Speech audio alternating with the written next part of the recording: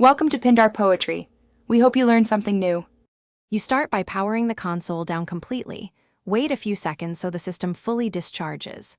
Once ready, plug the USB cable into the controller, but don't connect both ends yet. That prevents wireless confusion. Next, press and hold the Ps5 power button for about 7 seconds until you hear the second beep. That boots directly into safe mode.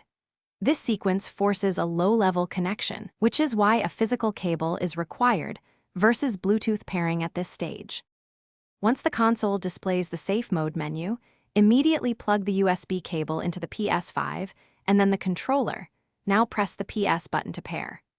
This wired handshake lets the system see the controller at a firmware level, so menu navigation becomes possible.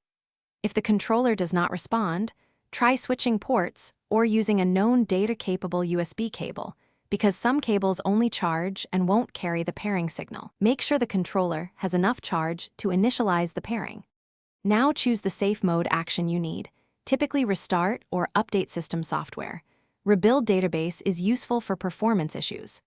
After completing the chosen task, unplug the cable and press the PS button to test whether the controller reconnects wirelessly. If it still fails to pair, perform the hardware reset.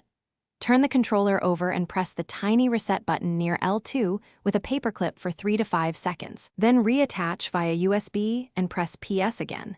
That reset often resolves persistent pairing faults. Thanks for watching. Consider subscribing if we helped you.